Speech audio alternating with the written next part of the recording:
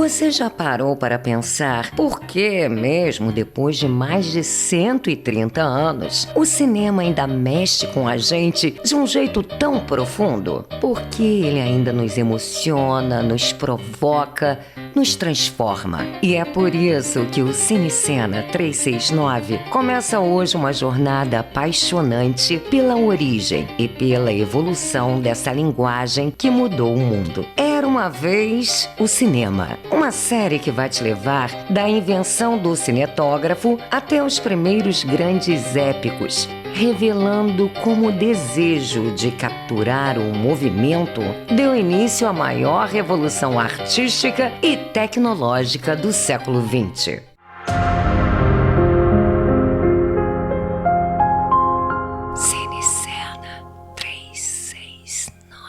Desde a criação da fotografia, a humanidade ficou obcecada por captar não só a imagem, mas também o movimento. Em 1878, um experimento de um fotógrafo inglês chamado Edward Muybridge usou 24 câmeras a 53 centímetros de distância uma das outras para captar um cavalo em movimento. O experimento, chamado The Horse in Motion, foi visto depois em sequência, dando a impressão de movimento. Em 1891, o empresário, inventor, rei das patentes Thomas Edison, criou com seu funcionário William Dickson um aparelho que registrava as imagens em sequência. Mas para poder assistir às imagens, eles criaram também o cinetoscópio, uma máquina onde uma só pessoa por vez poderia ver as imagens. Ou seja, elas não eram projetadas, não era uma experiência coletiva ainda. Em outubro de 1895,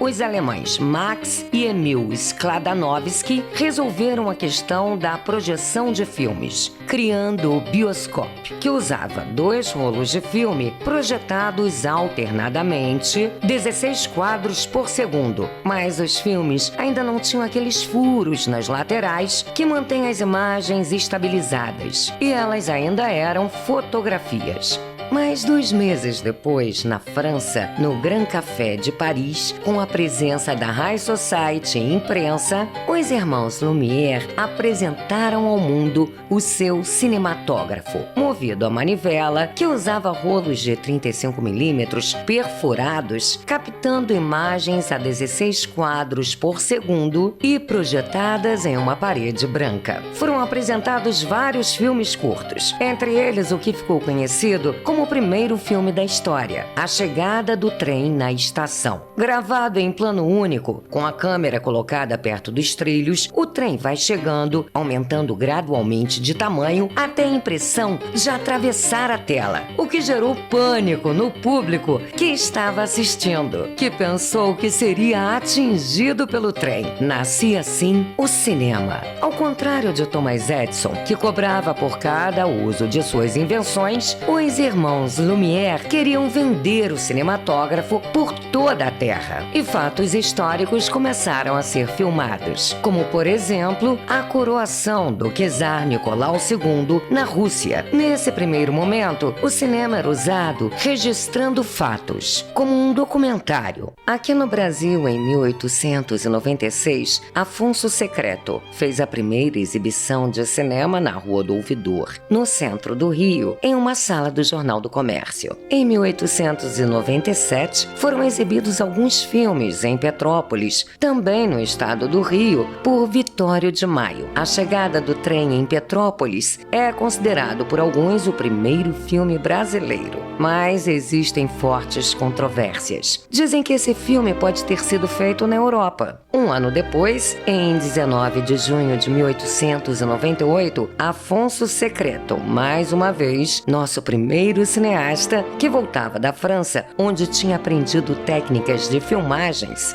filma a Baía de Guanabara do seu navio, e a data se torna o Dia do Cinema Brasileiro. Nessa mesma época, os filmes eram apresentados em teatros de variedades, os chamados vaudeville. Entre uma atração e outra, os irmãos Lumière, além de venderem um cinematógrafo, eles forneciam os filmes e os operadores das máquinas, dominando o mercado americano. Enquanto isso, na França, outra vez, uma mulher chamada Alice Guy Blanche, que trabalhava com o inventor Léon Gaumont e assistiram juntos à apresentação dos irmãos Lumière, percebendo o potencial incrível do cinema, fundaram a Companhia Gaumont, que existe até hoje. E ela fez o primeiro roteiro contando uma história onde bebês nasciam dos repolhos, chamado A Fada dos Repolhos, o qual dirige também o primeiro filme narrativo de ficção do cinema. Mas ainda assim as câmeras eram frontais, distantes da ação, lembrando a visão de um espetáculo de teatro. Isso melhora com a invenção, em 1899, pelo inglês R.W. Pohl,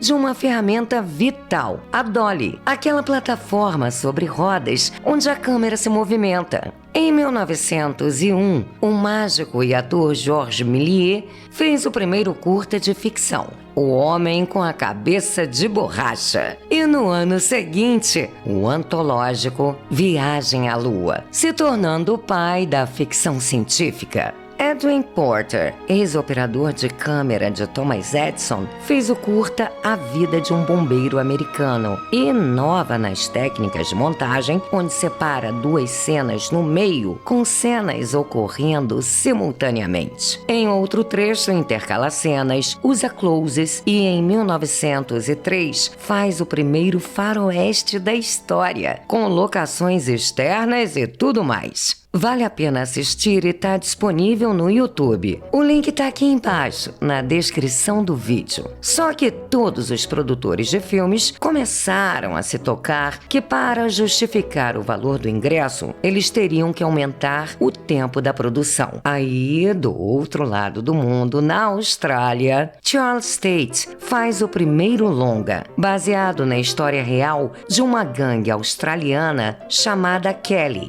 por causa do líder Ned Kelly, que por volta de 1870 fez uma rebelião, The History of the Kelly Gang.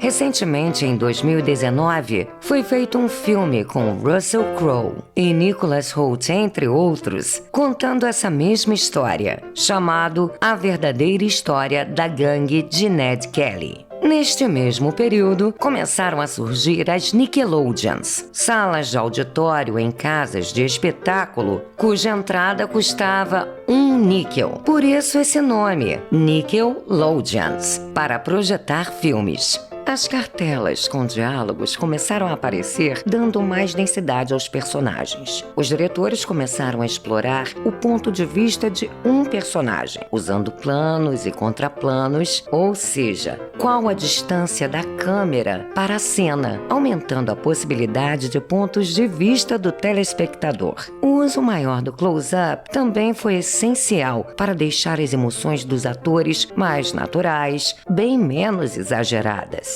Em 1913, na Itália, surge a primeira grande produção, com Quo Vadis, do diretor Enrico Guazzoni, que utilizou 5.000 figurantes, com cenários e figurinos muito bons, como você pode conferir também aqui no YouTube. E o link vai estar aqui embaixo. Em Cabiria, do diretor Giovanni Pastroni, o primeiro grande épico do cinema, com mais de 1.200 cenas filmadas ao longo de 6 meses e 13 horas de material bruto, usando muito dos traveling, ou seja, a câmera deslocada com o dolly em trilhos, dando mais profundidade às cenas, explorando melhor todo o cenário, e os atores, que pararam de atuar olhando para a câmera, porque os cineastas perceberam que assim o público mergulhava na história, até se esquecendo que estava assistindo um filme. O cinema inova mais ainda. A nova invenção ainda não gerava bilhões, mas prometia.